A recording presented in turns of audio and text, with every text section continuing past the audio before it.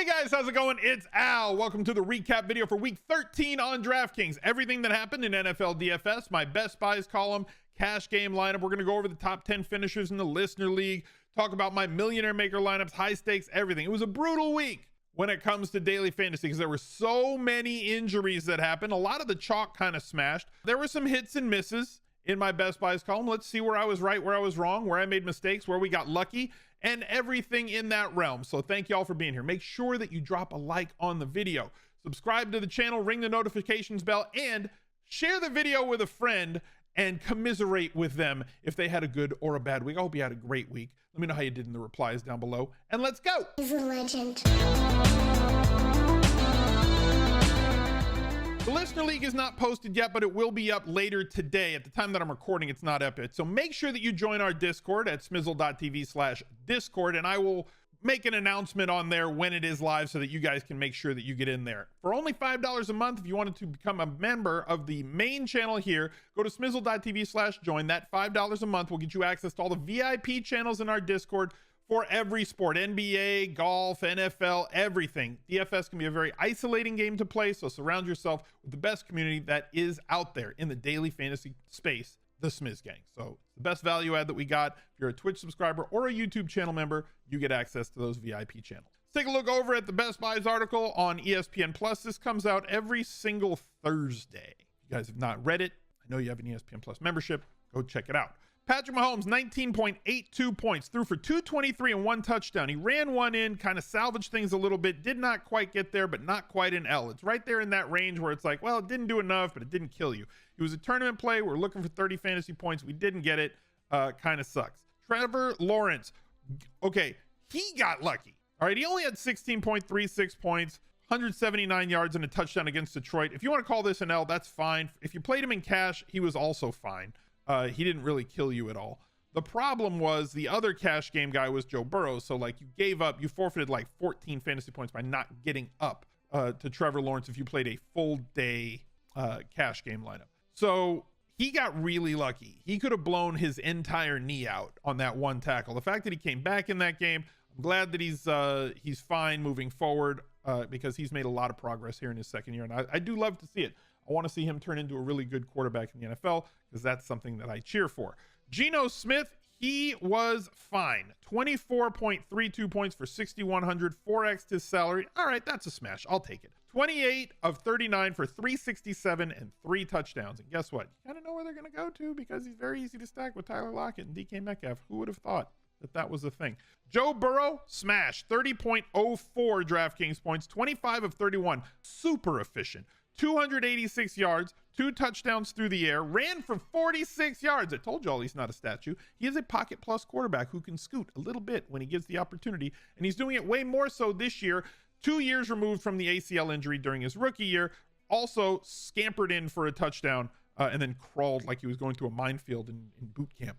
Justin Herbert, 28 of 47, 335 and a touchdown, 21.1 fantasy points, like fine, but not thrilling, but not an L. The throw that he made to Keenan Allen was ridiculous. That touchdown was spectacular. Austin Eckler, I'll take an L with Austin Eckler. He did not get into the end zone. He still had a really high floor. We know that his floor is in the mid-teens, and that's kind of what he did for us here. With 14.2 points, 10 carries, 35 yards, 5 of 6 caught for 67 yards. Didn't have quite enough against the Raiders defense that is terrible, but 5 catches does buoy his floor every single week. Kenneth Walker got injured, and that sucks.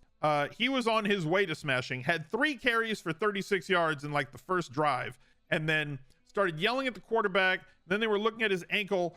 Coach Carroll called it a jammed ankle. I don't know how you jam an ankle, but apparently Ken Walker did that. Hopefully he can come back next week because they have a great matchup. Week 14. Josh Jacobs continues to roll along. 26 carries, 144 yards, and a touchdown. 2 catches on 2 targets for 6 yards, 25 DraftKings points. Smash every week. Smash. Josh Jacobs is ridiculous. 28 opportunities a week is absurd. Amon-Ra St. Brown, smash. Now, I have some apologies here because I made some predictions on multiple shows, on my show, on the CSS DFS podcast, on Fantasy Focus feed on ESPN, on the Underdog show that I did with Josh and with Hayden on Friday that I said Amon-Ra St. Brown is probably going to have something like 8 catches for 125 yards and a touchdown. I was wrong. I apologize. He had 11 catches for 114 yards and 2 touchdowns. So my bad. I messed up. He had 37.6 DraftKings points. I apologize for being wrong. Christian Kirk, 6 catches, 8 targets for 104 yards, did not score a touchdown. Still kind of a smash here with 19.4 points, more than 3x his salary. Love to see it. Garrett Wilson, the third. I only wrote up 3 wide receivers this week, and they all crushed. Another smash. Wide receiver, smash, smash, smash in the chat. Like, look, take a look at the chat here, guys. Look. Smash emojis everywhere. Love to see it. Garrett Wilson, 8 catches on 15 targets. So, like, they weren't really efficient. They kept floating it over, and Mike White just kept floating the ball over his head. He still had 162 yards receiving and no touchdowns for 27.2 points. Volume over everything. He led the league with like 222 air yards this week as well. Travis Kelce, as good as the wide receivers were, the tight ends missed. Travis Kelce, 8.6 points. I have become accustomed to 23 points from Travis Kelce, so I'm going to need some like payments or something on a monthly basis for what Travis Kelce did to us this week. I'm going to have to go to a judge and get something sent my way. I need some fantasy alimony at this point for his 8.6 target output. Hayden Hurst, 2 catches, 3 targets, 3.2 points. That's an L. Njoku got hurt, so he wasn't in play for us later. The Packers had 9. The Jets had 2. The Titans had -2 points. So, woo! Deuce is wild for the Titans. 2,200, -2 points. I played early only cash because it was the 150-50 that was still available when I was entering cash games. I did cash in this one. As you can see, I went with Trevor Lawrence. So did 85% of the people in this. It's a 30-man. Or no, this is a 20-man. No, was it? Yeah, it's a 20-man 50-50. So I came in the money just barely. Got there with Trevor Lawrence, 16 points. Nick Chubb in the early only did not get there. I did not have access to somebody like Josh Jacobs at 79 because, again, early only. Zonovan Knight should have been more than 10% in this tournament. IMO. Got the 3 wide receivers I wrote up in Best Buys very easily. Zonovan Knight I had projected to have on the anti-Tinkercast.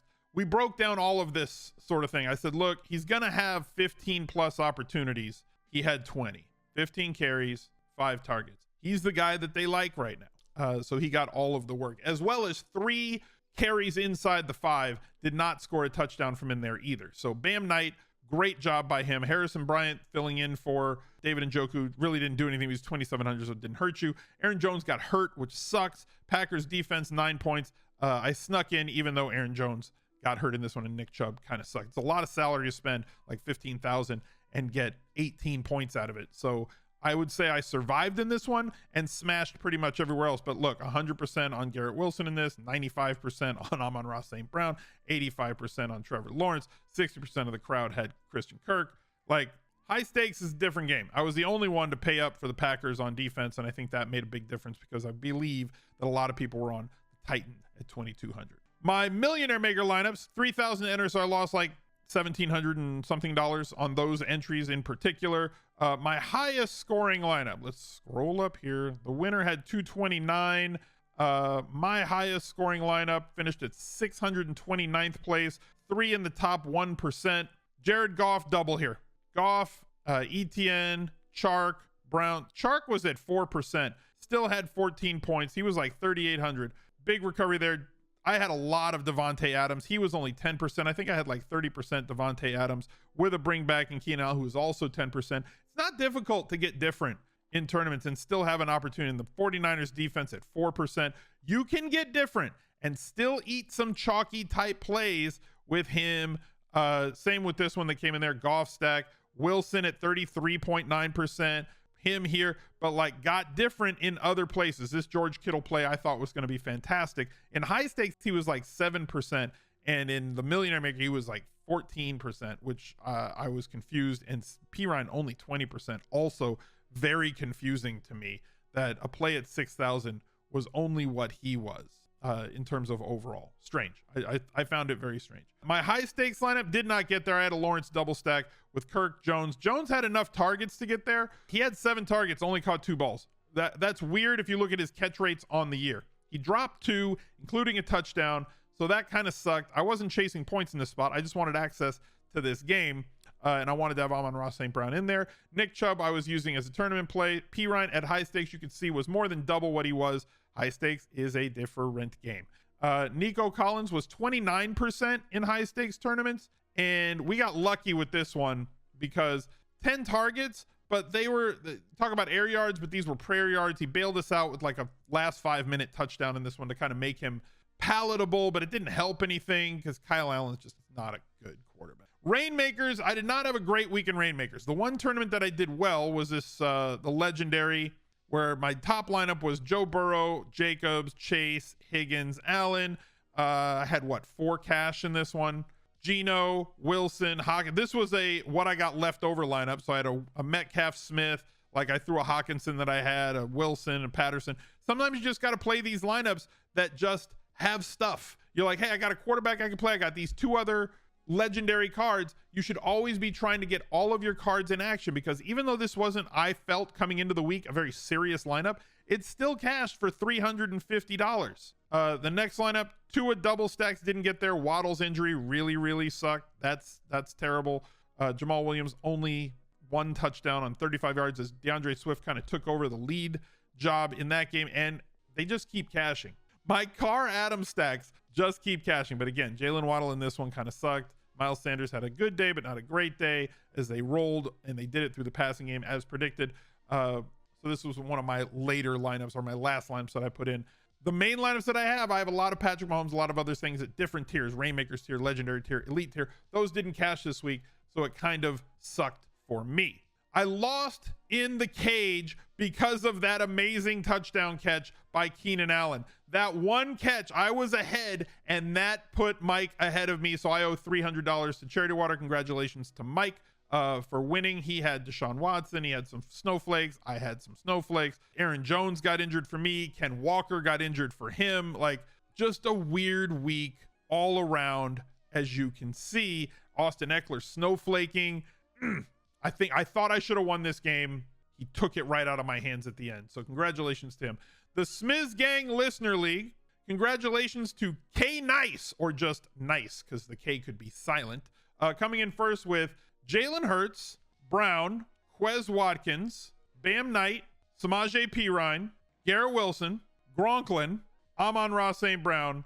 Browns defense at 3,900 paid up for defense. They scored 30 fantasy points. 220 points. I hope that he ended this in some other tournaments. I really do, because that would have won a lot of money this weekend. So K Nice, or Nice 11, congratulations to you, and I really hope that you took down a whole lot of money this week. If you guys won a lot of money this week, consider going to smizzle.tv/charity. Donate a little bit to the No Kid Hungry fundraiser. As you can see, as we get to 45,000 this weekend, if we get to 50,000, that will trigger another $10,000 match from me. Spanny you, congratulations for second. Infamous Tuck, Elusive Smoke, You Clam G.